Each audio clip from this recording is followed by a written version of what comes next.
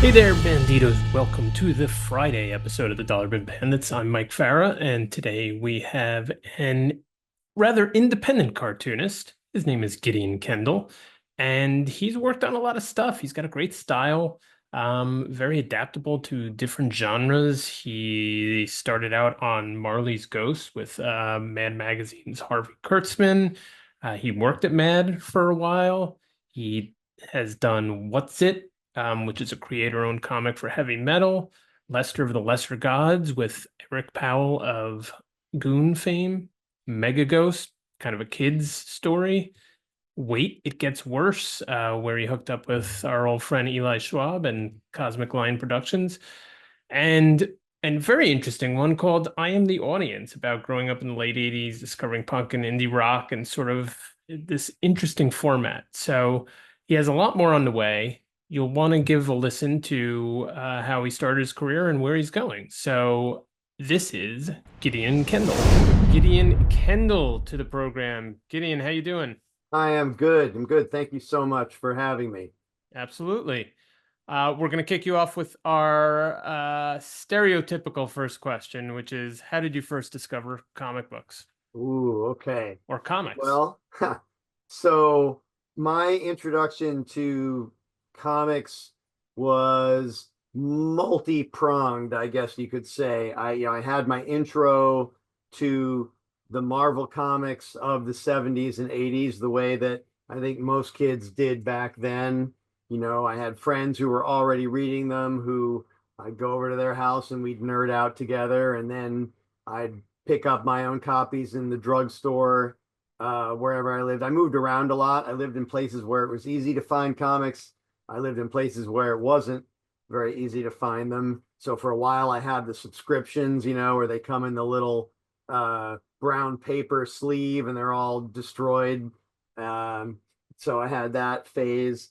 But I also, around that same time, there were other comics in my house. My parents were hippies, and so they had a lot of the underground comics around. So there was Crumb and the Furry Freak Brothers and a lot of weird stuff that was also floating around in my house. So I was exposed to both those worlds kind of at the same time. And because I was young, I didn't necessarily know there was a difference.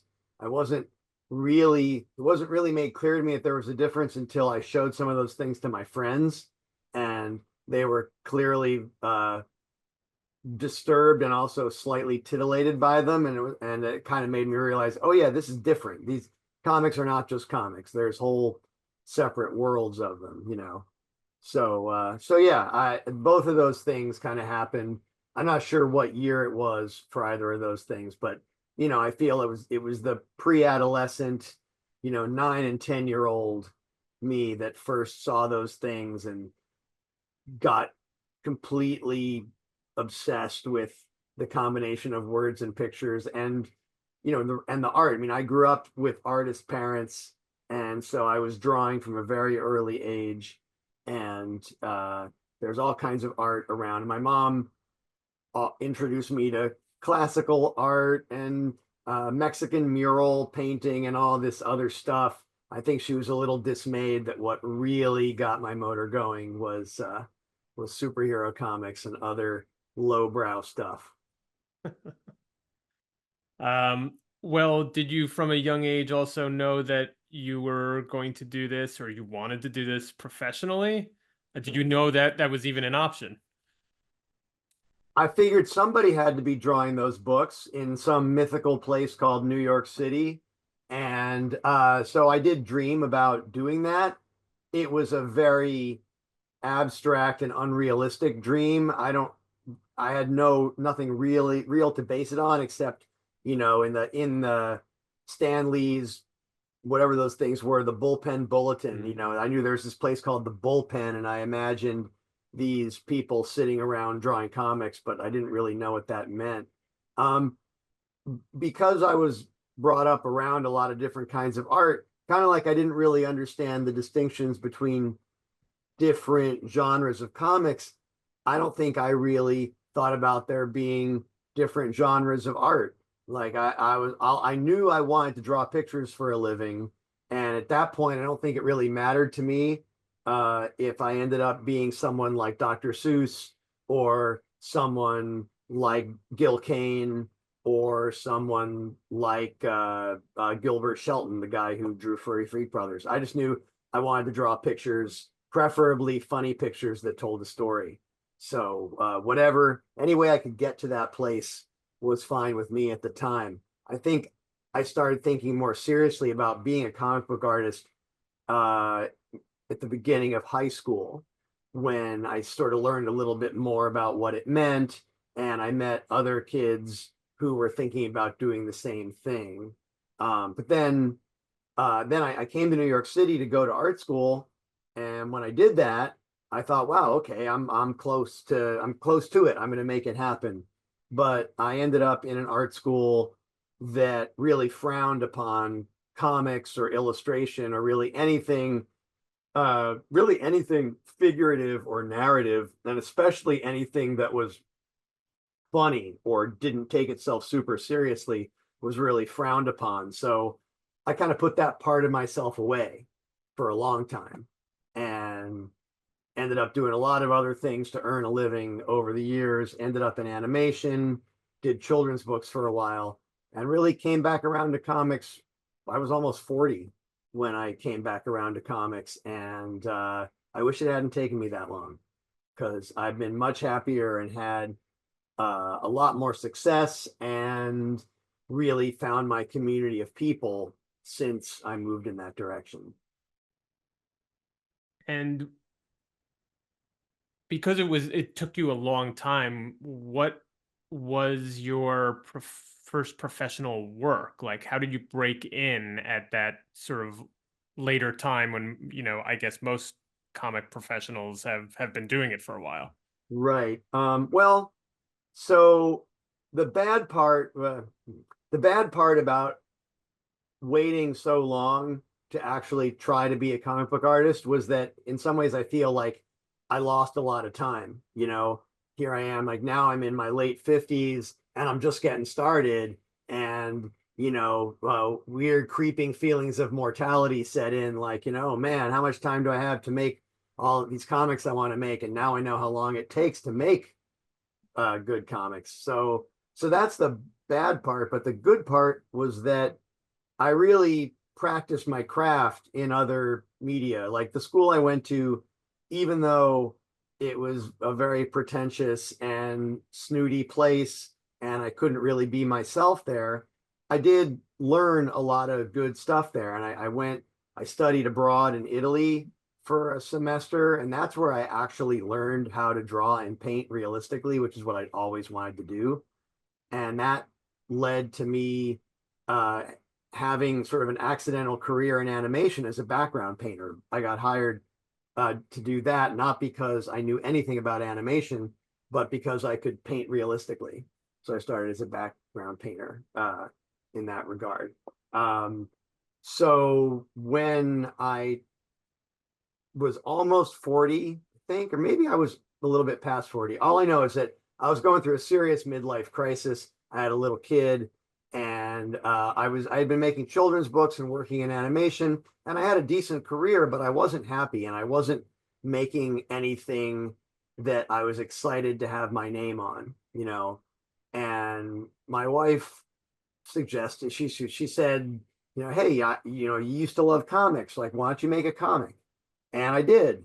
I made a short collection of autobiographical short stories with my friend Doug, who's a writer who is very much in that Harvey Pekar vein of unvarnished autobio stuff.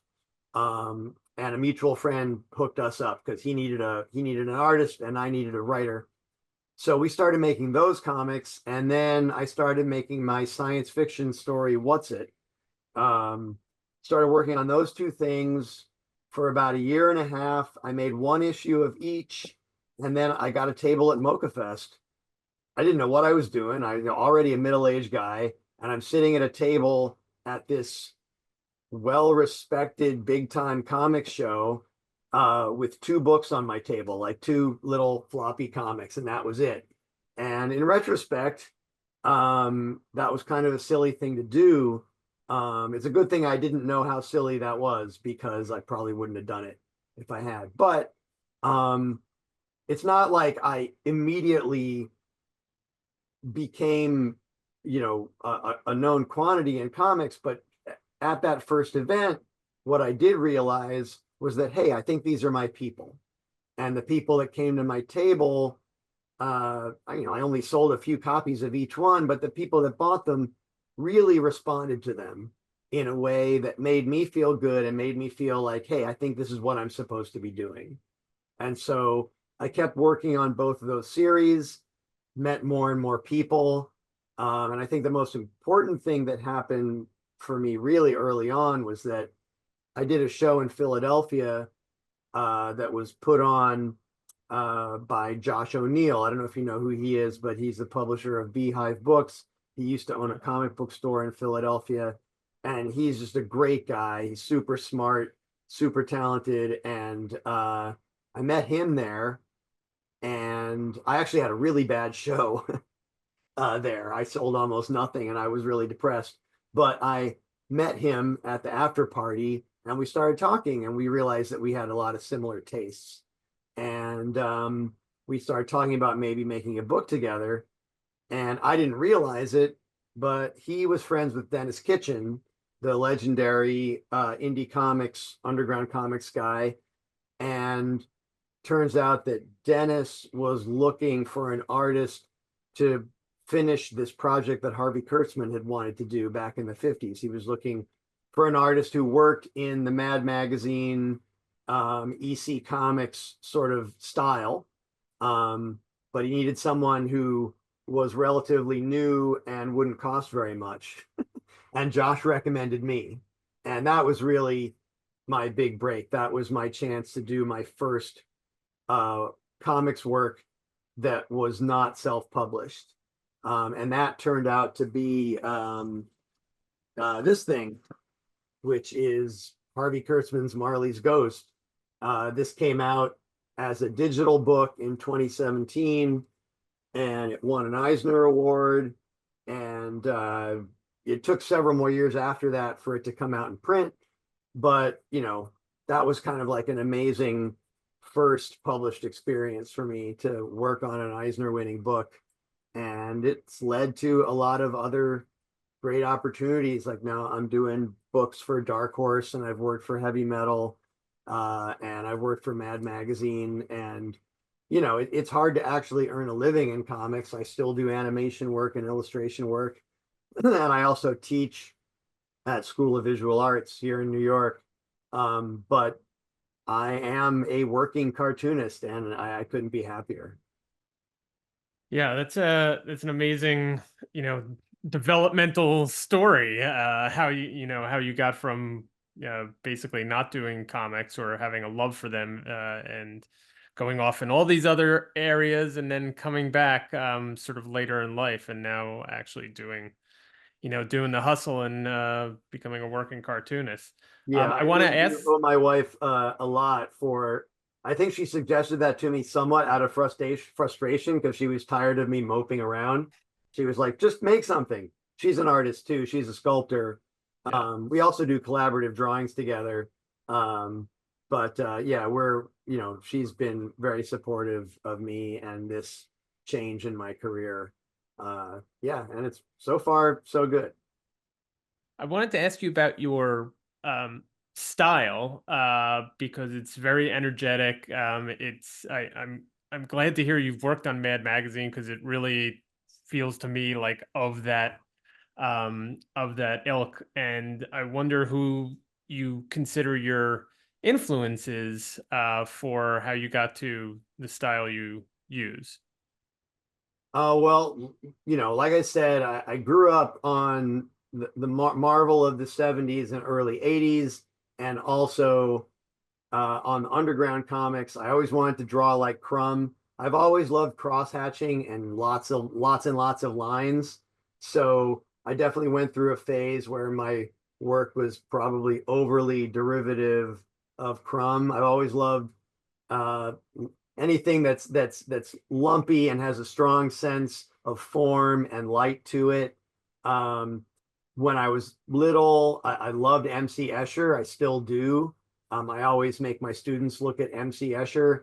I think that really, again, regardless of genre, comics, printmaking, um, fine art, whatever you want to do, to me, the whole magic of all of it is the power of illusion that drawing has. Like, lines don't exist in real life. Like, we're not made of lines. But there's this cool thing that humans have figured out how to do, which is to put a whole bunch of lines going in different directions and over the top of each other. And we can make people's brains think that it's real. And that's what Escher did. And so I always just loved any art that could do that, especially if you could make drawings feel real, but then draw things that were impossible. So, the surrealists, again, Escher, Crumb's, like more psychedelic stuff.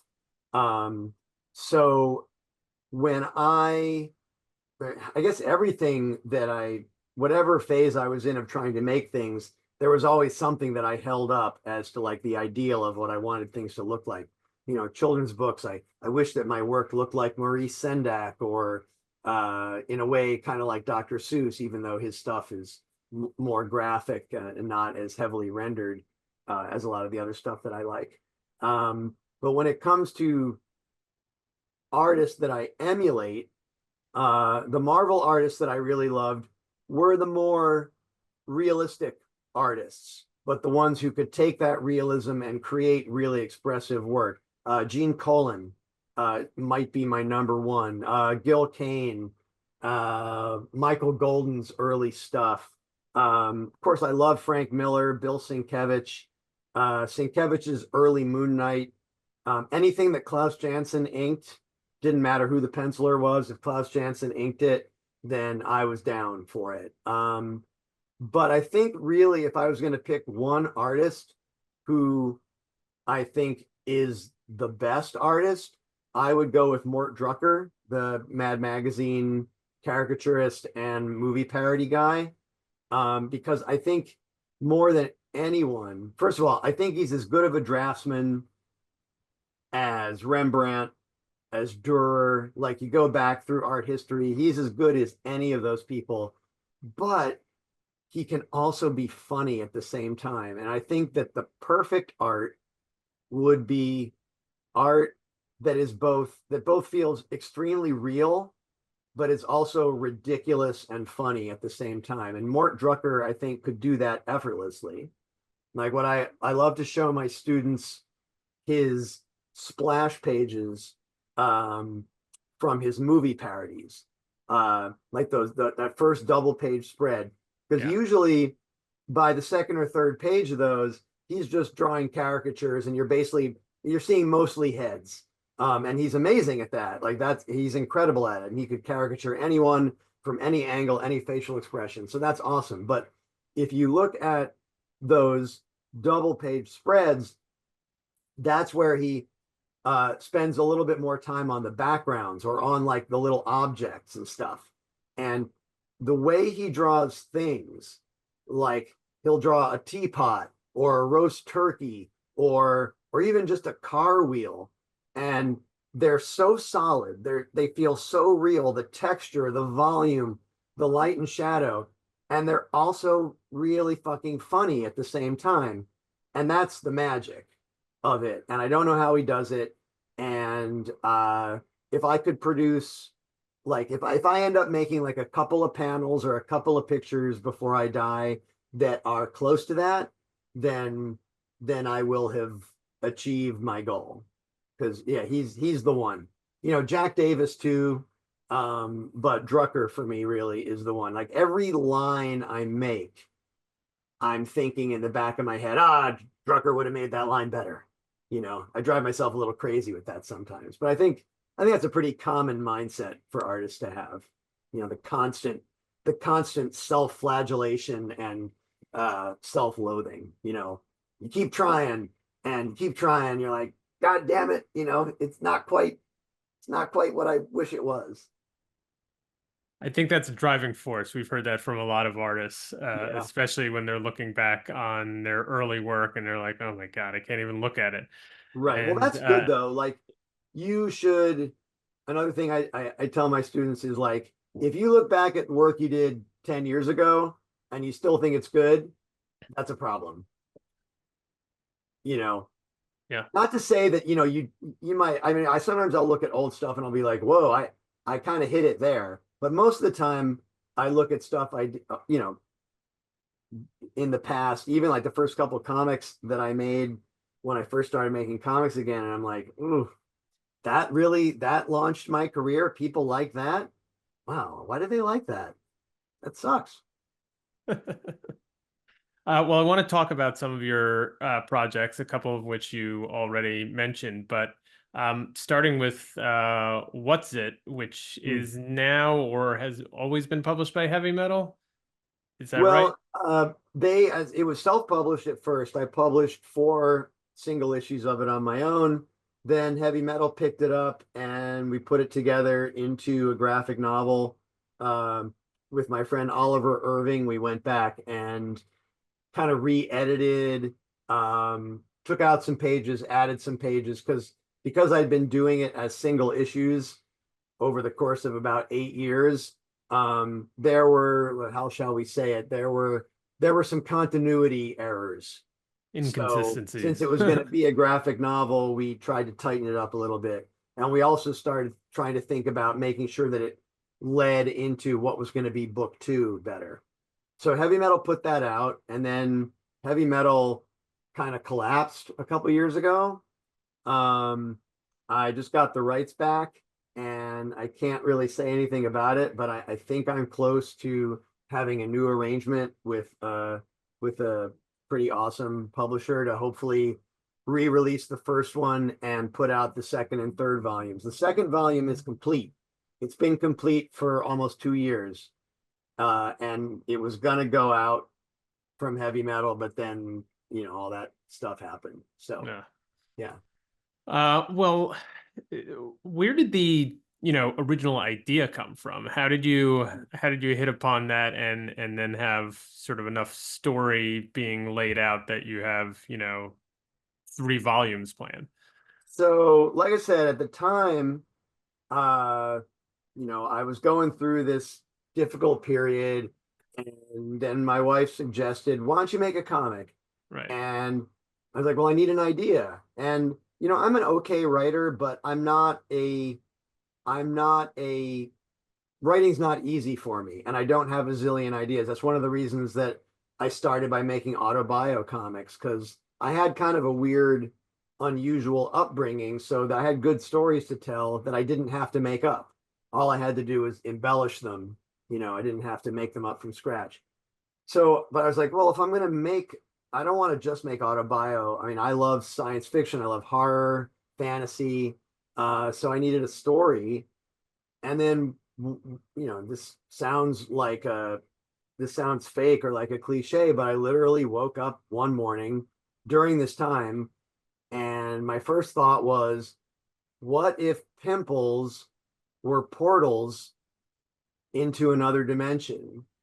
And what if aliens from this other dimension were spying on us through our pimples? And I thought, oh, that could be good.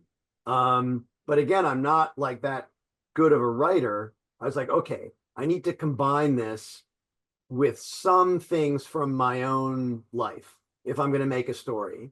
And I think that's pretty common for fiction writers to use material from their own life. And I grew up in a rural location, a very conservative, very white, uh, rural Appalachian place, and I had a lot of experiences there of alienation, of being physically threatened by the people there who didn't like the ways in which I was different. So I started thinking about those stories. And so if I'm going to have a teenage character, it has to be a teenager because teenagers have the most zits. Right. So I just started putting little bits of myself and combining combining different parts of my teenage years into this story. And then I still wasn't sure. I didn't have a lot of confidence. I was doing a lot of sketches of the characters, um, but I didn't have a lot of confidence. But I started telling people about the idea, and the responses I got were so visceral. Like people literally almost gagged just telling them about the idea. Some people would laugh, some people would be really offended, and some people would just be severely grossed out. And I thought, well, that's good. Those are the kind of those responses tell me that this could be the kind of comic that I would want to make. So, um, and then I got a really good piece of advice. Well, first of all, I took a writing class here in New York, a comics writing class, and started playing around with just trying to come up with an outline for the story. Um, I took the class was taught by Danny Fingeroth, the legendary Hmm. Marvel writer editor guy, and there was a woman in the class with me named Hannah Means Shannon, who has gone on to do a lot of comics journalism. And so they helped me put my story together, or at least put the outline together. But I also got the advice, or someone reminded me about the Marvel method, and this idea of, well, you just have a plot and then you hand the plot over to the artist and let the artist draw the issue and then write the words later. And I thought that would suit me since I'm a stronger artist than I am a writer. So I started thumbnailing out the book. And I thought, well, if I start drawing it, the words will come. And I think that has some drawbacks. I think it's one of the reasons that when we put it together as a graphic novel, that so many things had to be fixed. But I also think I never would have made the book if I hadn't started by drawing it first, because it's just the way I am. Like I can't sit down and write a script. Um, Yeah. you know, so so that's pretty much the way it came together. Well, since then, you've started working with a number of writers and doing, projects in the more, I guess, traditional collaborative way. And I wanted to ask about a couple of those. One is that sticks out is Lester of the Lesser Gods, where you're teamed up with Eric Powell of Goon fame. Yeah. Um, how did you come up with, or rather, how did you hook up with Eric, and how did that project come together? Well, getting to work with Eric has been like a real honor and a great thing for me in so many ways. I mean, he's such a pro. He's been doing it for so long, and his work is so funny and well put together, both the writing and the artwork. I mean, I really am in awe of his artwork. He painted the cover for Lester, and the cover is just so great. Uh, yeah, I don't know if you've seen it, but it's this is the painting for the Yeah, cover. it's This awesome. is so good. Um, uh, so what happened was I was working on Megaghost with Gabe Soria, the writer, and we were looking around for a publisher, and I don't remember how, but I guess he had some kind of connection to Eric or knew him at least a little bit, and we just sent him our pitch, and he said, "Yeah, I'll publish it." He agreed to publish it through his Albatross Funny Books company, and we did 5 issues of Megaghost and then put that together as a graphic novel. I don't think it sold all that well, and unfortunately, the graphic novel came out right at the in the depths of the pandemic, so that wasn't so great. Um, but that's how Eric first saw my work, and I guess he'd had Lester kicking around for a long time, originally as an animated series pitch, I Mhm. think. And he just contacted me and said, "Hey, I've got this thing and I don't have time to draw it. Do you want to draw it?" And not even knowing anything about it, I said yes, because why wouldn't I? But then once he sent me all his character designs and sent me the script for the first issue, I mean, I was so excited to draw it. It really is. I would say that making that book is the most fun, the most pure fun I've ever had making comics. So therefore, the most fun I've ever had making art. Just because, well, for one thing, Eric's such a good writer. He knows what will work visually. Like I would read his scripts and I would immediately see the page in my mind. There might be some challenging things to work out in terms of the kind of monsters he wanted or whatever, but the page, I could see it. The storytelling just happened immediately. Um, and also the book takes place in a post-apocalyptic hellscape, and so there's no realistic streets or buildings to draw. Everything's like rubble and destroyed stuff, and all the characters are goblins and monsters and cyborgs. It's just endless mayhem. And what comic book artist doesn't want to draw that? Every issue, like at most, there's maybe 2 pages per issue of people just standing around and talking. Like there's hardly any of that. And, nobody wants to draw those pages. Yeah. You want to draw the fun stuff, and the book is just nonstop fun stuff. And Eric designed the main characters, and for some of the stories, he designed the adversaries or the villains, but he also let me have a lot of control over that too. The basic directive was, this is Mad Max versus this is like Mad Max, Dungeons and Dragons, and Gru the Wanderer, like, smashed together into one thing. So I was able to just full on indulge in everything that I love to draw. There's lots of ridiculous, over the top violence, lots of gross out stuff. Eric's really good at that. But also a lot of opportunities to really play around with creepy lighting and really interesting perspective, like epic battle scenes and stuff like that. Weird monsters that are all made out of things you might find at a mall. Just fun, like comics. What comics should be. Yeah.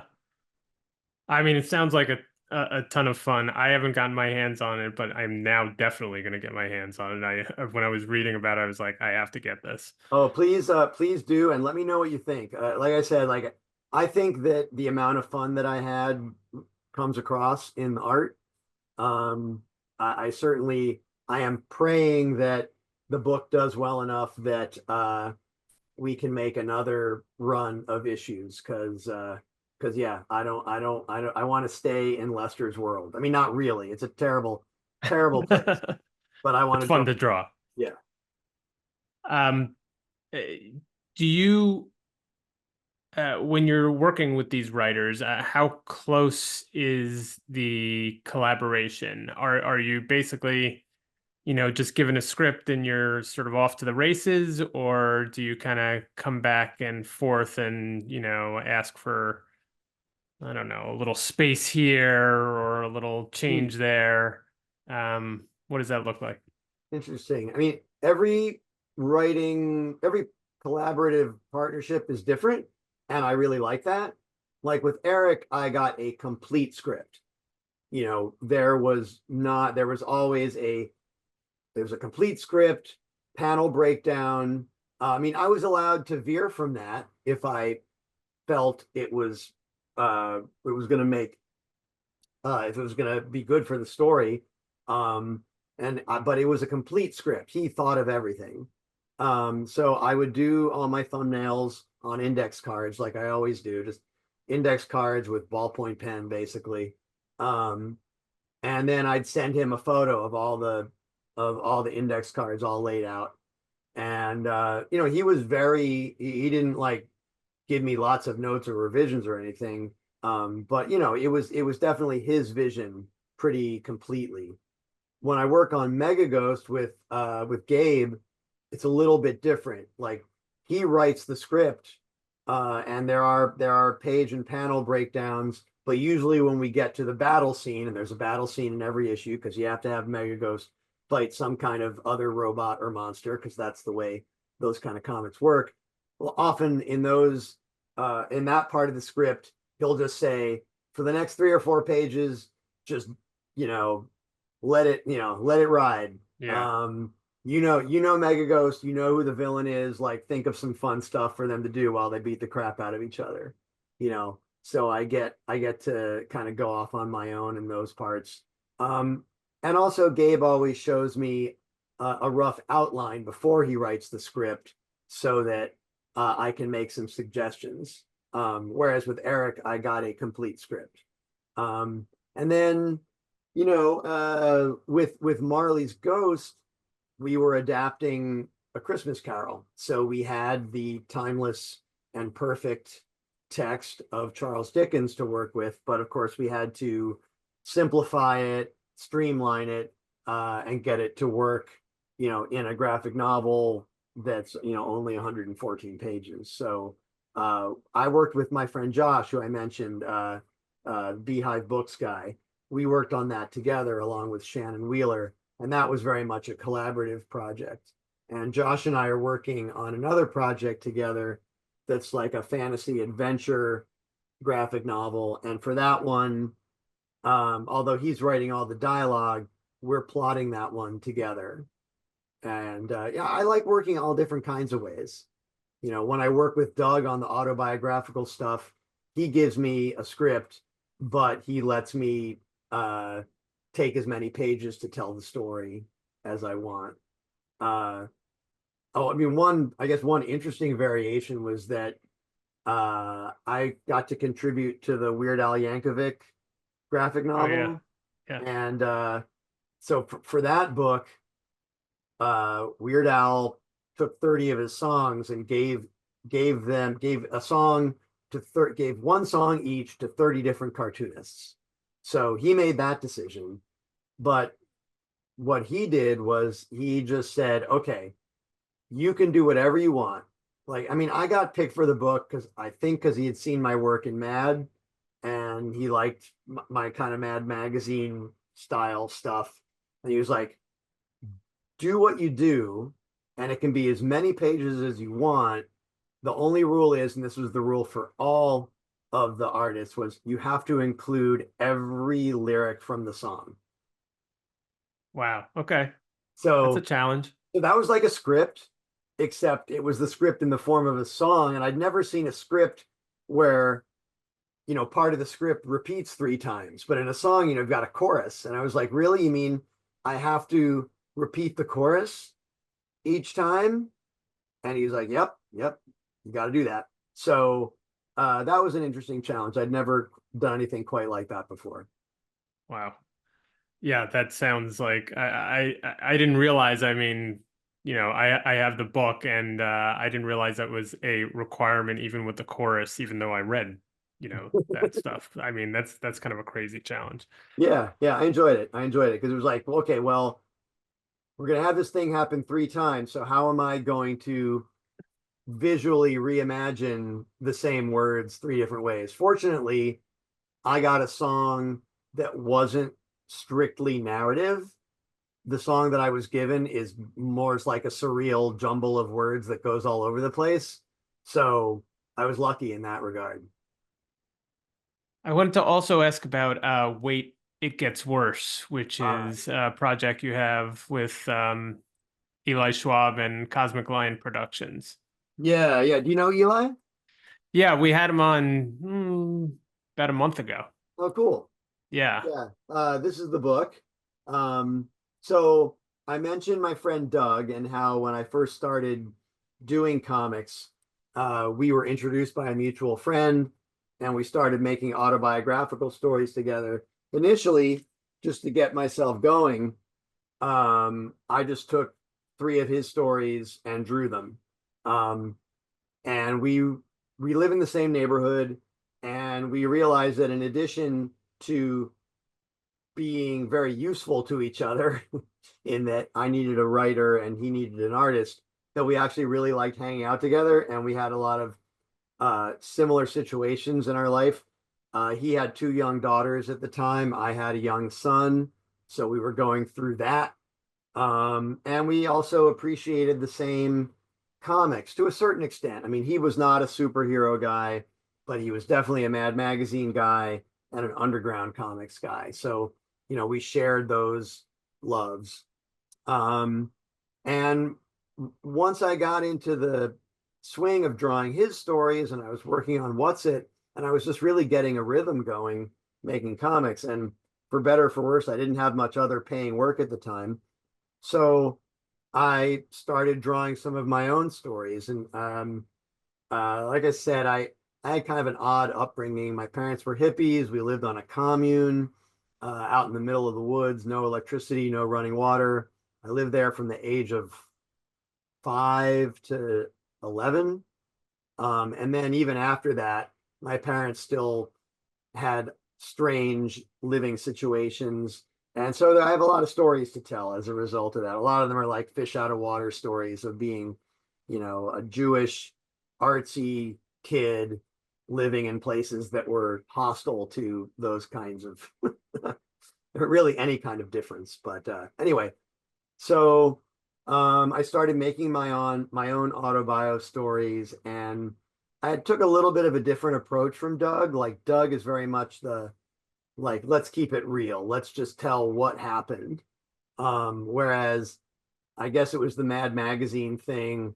I wanted to inject a little bit more subjectivity into the stories and add a little bit more humor.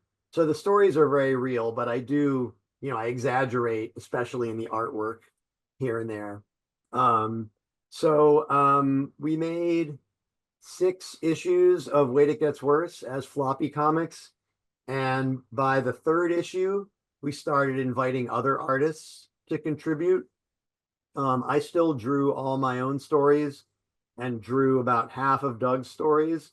But as I got busier and busier with other stuff, Doug started handing some of his stories over to other artists. And we were careful about who we chose. We picked people whose work that we liked. And yeah, so we made 6 of those. And then we were talking about making issue 7 when I was kind of realizing that when I was doing conventions and comic fairs and stuff like that, that people weren't really that into buying floppy comics. People seemed to want books. And I thought, well, instead of making a 7th floppy and paying for the printing ourselves, let's see if we can, make a nice book instead and see if anyone would want to publish it. And Tony Wolf, do you know Tony? Yeah, So met him too. great guy. Tony's book had recently come out from Cosmic Lion, and Tony was like, "Hey, you should see if Eli wants to put it out." And I've had good and bad experiences with publishers, but I've never had an experience as good as I had with Eli, because all he ever said was yes. We were like, well, we want to put these all together and add like maybe 50 pages of new material, so the book's going to be really thick. And he said, okay. And then we said, well, and we want to use like good quality paper, so it's even going to be a little thicker. And he said, okay. I said, all right. So I started pushing my luck, and I was like, okay, well, I want it to be hardcover, and I want the title to be embossed. And he said, okay. So like, all right, let's do this. And I was able to get Dennis Kitchen to write the foreword for the book, and we got some other really awesome cartoonists who are considerably more well-known than I am to contribute some extra artwork to the book. And yeah, it's now like a big, ridiculously heavy hardcover book, which is great for the most part, except it really is a pain in the ass to bring it around to conventions, because it's like 4 copies of that book weigh about as much as 20 copies of my other books. Yeah.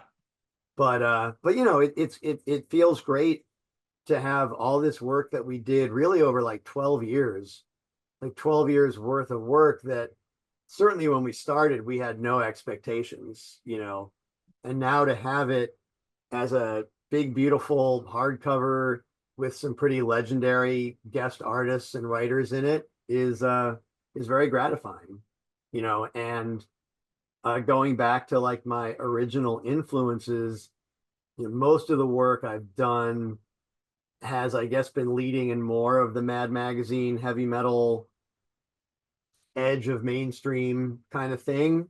But to have a book that is so much inspired by and a part of the underground tradition is also really nice. Yeah. Yeah, sort of marrying that with the high production values is an interesting like juxtaposition of Yeah, format and content. So yeah, yeah. very cool. And it's got that nice thick spine, so it really looks good on the old bookshelf, On the shelf, yeah, exactly. Speaking of autobio, I wanted to also ask about I Am the Audience, which is about you growing up in the late 80s and maybe not growing up. You were there as a Well, I young, still had a lot of growing up to do. yeah, okay. There was a young man, maybe in the late 80s, early 90s, discovering punk and indie rock. And I wouldn't say I was part of that scene at all, but I, like sort of my musical awakening was around the early 90s as I was a high schooler coming up from Westchester County into New York and, Mhm. starting to see some of the punk bands at those time, but it was sort of a little bit post it's when things were getting discovered and grunge was hitting. But anyway, um, why was that such a special time for you? What was the environment like? What was the your experiences like that made you want to put it down into a book? Well, it was a special time, but it was also for me kind of a lost time. Like I mentioned that I had this big gap in between when I loved comics in high school and then like I'm basically a middle-aged guy, an old guy, and then I finally get back to it. Well, part of what happened in the middle there, in addition to going to school for fine art, is that I joined a band while I was in art school, and it was so much fun being in a band, like so different than being a visual artist. Like, you're jumping around, you're sweaty, people are looking at you, it's loud, you're collaborating, uh, that's not something that you get. Even if you're working with a writer, it's not the same as, playing music with people. And I just fell in love with it. I think maybe a little bit too much, a little bit beyond what my actual potential was in that medium. What really got me excited about it and let me feel like I could do it was that punk rock idea of like, hey, anyone can get up on this stage. The stage is only 6 inches off the ground, and there's no managers, there's no separation. You just get up there and you be as angry or as funny or as weird as you want. Like anyone can do it. And I was like, okay, great. I don't know how to play an instrument. I can't sing, but I've got the energy and I'm inspired to do it, so I could do it. So I mean, that's why the book is called I Am the Audience. That because it wasn't this magical separate thing like, oh, you have to have some God-given talent or charisma to do it. No, I mean, I was living in Philadelphia at the time and I was going to hardcore shows, and every single show, every weekend, the opening band was the Dead Milkmen, and they were terrible. I mean, they eventually learned how to play a little bit, but they couldn't play very well at the time. And I mean, that guy could never sing at all. He had a terrible voice, but their songs were funny. They didn't take themselves seriously, and they were so much fun. And I just thought that's what I want to do. So I started doing it. It's like I went. There was no real hard transition between being in the audience and being up on stage. So that's why the book is called called what it is. But the reason I wanted to make the book was because I was grappling with this regret that I had that towards the end of college, which was 89, all the way up through about 90, really up through like 2003, I was way more focused on trying to achieve some kind of success in the punk rock or indie rock world. And I tried really hard. I made lots of records. I went on tour. I did all these things, and it was all like laughably, unsuccessful. So I thought, okay, how am I going to process this and come to terms with this? Because I did have a lot of regret about that. At the same time, some of my closest friends are from that time. My best friend was the bass player in a couple of those bands, and also, my amazing wife. She became infatuated with me because she saw me jumping around like an idiot on stage. So like I owe some things to that. So I wanted to grapple with all that stuff, and also there's just a lot of really funny, depressing stories. Anyone who's been in a band that tried to do those kind of things knows that hilariously embarrassing and depressing things happen. So I had all this material. The problem was that I didn't know, again, like writing's not my strong suit, especially not the organizing part of writing. And I was like, I don't know how to put this together into a narrative. And I also don't want to do that because I don't really know what this story means yet. I just sort of had these swirling ideas and all these memories. And again, my wife had the great idea of, well, just start telling the stories and draw them in little squares so that you can move them around and they can be placed wherever you want. And also so they can be posted on Instagram. Just start telling these stories. Some of them were one panel. Some of them were three panels. Some of them were a little bit more. I don't think any of them were more than 5 or 6 panels. And some of them were the stupid things that happened on tour. Some of them are just memories of amazing concerts. Like I was going to CBGBs all the time, and CBGBs and the Ritz, and seeing incredible bands that are now legendary, seeing them in their early days. So some of the stories are that. And then some of the stories even go further back to my earliest memories of music. Like hearing a Bob Dylan song and realizing that even though I didn't really know what I thought about music, I knew that I liked stories combined with sound, and that, the early records that I bought that felt like the kind of thing that's made sparks go off in my brain. So, I started drawing these little vignettes, I guess, and I was posting them on Instagram and getting pretty good response. And, within a couple of years, I had enough to make a little booklet. And then I was talking with my friend Josh, who I've mentioned a couple times. And so he runs this publishing company, that Beehive, that does these beautiful artistic books, like unbelievable packaging, really creative design. And I was lamenting that I don't really have much of a design sense. And that generally I don't think I'm good with typography, and I don't really ever think about making my books into art objects, even though I come from an artsy background.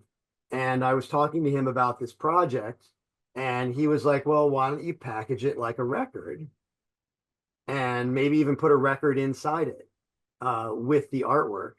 And, because records are square, my drawings were square.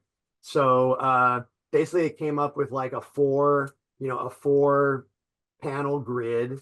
And since I had done the panels non-chronologically, I thought, well, why don't I just do the whole book that way and organize them more thematically, or not even thematically, just put them into some kind of order that makes sense to me and not worry about it being chronological. And then as I started working out the packaging, I realized that if it was bound, if it had a spine, it was going to fit weirdly inside the sleeve. So then taking the non-chronological approach even further, I just didn't bind it. So the 12 double-sided prints that are inside there can be read in any order. Like if there's a multi-panel story, it's contained on one print. But really, it doesn't matter what order you read them in. And that's kind of part of the concept too. So that's kind of the whole thing came together. And then although I thought about putting an actual piece of vinyl in there, um, because that time of music making in my life was like 20 years long, I had way too much music. I mean, granted, most of it wasn't very good, but I had enough stuff that there's no way I could pick just 2 songs to put on a 7-inch. So instead, what you get inside the packaging is a list of all the bands that I was in and everyone who was in them, and then a QR code that takes you to the remnants of whatever exists of all those bands. There's music videos. The band that I was in college made some really, really excellent music videos. The guitar player was a film major, and again, I won't vouch necessarily for the singing or anything like that, but I will say that the music videos are pretty cool. So the QR code has links to the music videos on YouTube. It also has links to SoundCloud and Spotify and other places where some of the music is. So, that way the music does get to live on a little bit. And, now I feel like I've sort of put that period of my life kind of in perspective and I've put it to bed. Although ironically, that band that I was in college, we're doing a reunion show in April, which is kind of hilarious. Nice. Yeah. And I'm also generating more material. There is going to be a volume 2 of I Am the Audience, but probably not for a couple of years because I'm working on too many other things. But I have been producing. That's the other nice thing about it being just in these little square panels is whenever I have the time, I've got a whole list on my wall over here of the other stories and memories. So I got plenty of material. Well, looking forward to that for sure.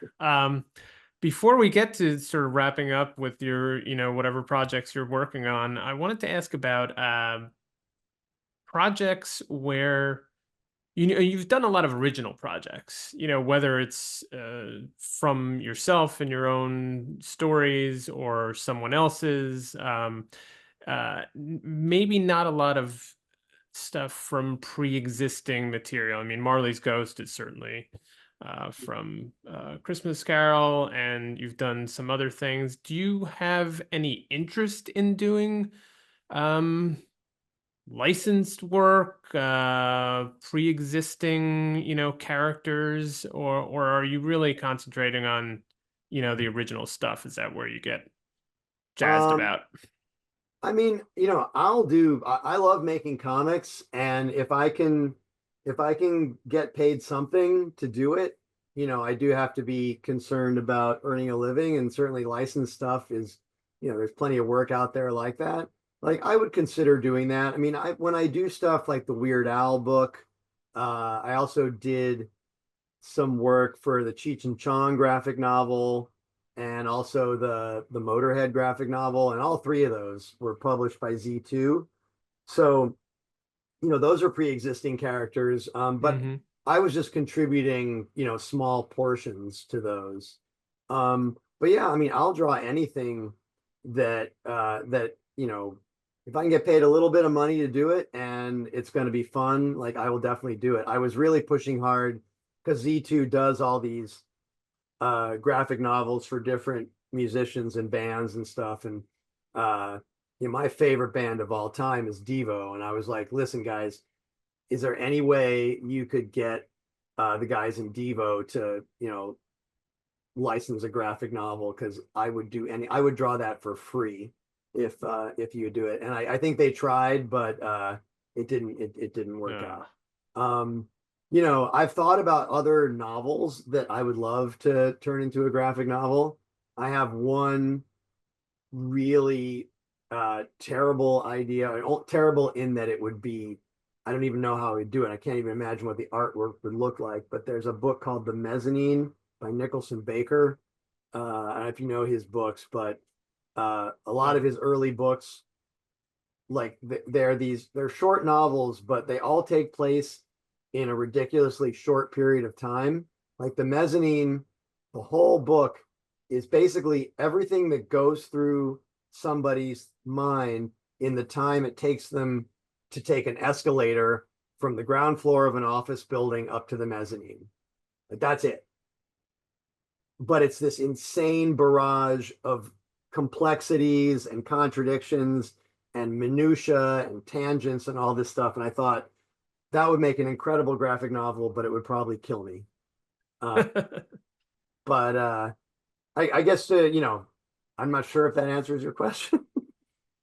Sure. I mean, yeah, it sounds like you're open to it In a if way, the less opportunity one. arises. But you're also, I assume, happy doing these more original projects. It's nice to have more of a stake in it. Like Yeah. a lot of the license stuff is work for hire, and so you know, there's not necessarily a whole lot of incentive because of that. Lester is kind of like that. Like I don't have any stake in that. That's Eric's character. Like I don't have any stake in that at all. But it's Eric Powell, and again, it's so much fun. And I love having the book on my table, and I love doing sketches of those characters. Like, it really just depends on the project, I guess. Yeah. So, as I alluded to earlier, what do you have coming up? What are you working on now besides the second volume of I Am the Audience? What do we have to look forward to? I am working on the second volume of Megaghost with Gabe. Nice. That's Good. going to come out from Dark Horse in single issues. I'm not sure whether that's actually supposed to be announced yet or not, but we're working on that. Gabe's got the scripts already written, and I've been thumbnailing those. So that's going to be later this year. I am crossing my fingers that there'll be another Lester book. I just turned in my first book for First Second Publishing, and that is a very different project from any of the ones that we've talked about. It's actually a media literacy handbook. It's a nonfiction book, and it was a really interesting project, very complicated, kind of a cross between a it's like a little bit like pop culture criticism mixed with media literacy. Yeah. So I got to really dive into my Mad Magazine background. Like there's lots of caricatures of famous people in it, but there's also really important educational content in that book. Um, so that won't be out until 2026. And I am almost done with a pitch for a middle grade graphic novel. I would like to make something that is maybe a little bit more commercial, both for financial reasons and just to reach a wider audience and maybe a younger audience. Um, so yeah, and also I'm illustrating, I'm going back to before I started making comics, one thing that I was doing that I really enjoyed was illustrating chapter books, like middle grade chapter books. And I'm doing one of those with a friend of mine. And boy, after doing comics for 15 years, that feels so easy because instead of having to draw 500 pictures, I only have to draw like 15. And I Right. get to pick like the best parts of the story to draw instead of having to draw every single part. So it's kind of fun to go back and do that again. And I work on other stuff too. I try to maintain a practice of doing life drawing every day. And I've been building a YouTube channel where I post a lot of my time lapses of my drawings. And also, I'm starting to put a lot of educational content up there too. And I'm working with a former student of mine named Natalia Barroso, and she's a very talented videographer. So we've been making a lot of video content, and that's been a really cool thing to explore. Kind of kind of in a way getting back to like the performing, except it's not up on stage. It's just here in this room. All right, everybody, we're back. Gideon's a great guy, great conversationalist, great creator. Had a lot of fun talking to him. Definitely check out all of his work. He's got a lot out there. I know he has his own YouTube channel that he's getting off the ground, doing pretty well so far. So give him a follow there, Instagram, Blue Sky, all the socials as we normally do. Thank you, Gideon, for being on the show. Thank you all out there for rating, reviewing, subscribing, for listening, for viewing, doing all the great stuff that keeps us going. It's been a great week of episodes. We have another great week next week. And until then, we'll see you next issue.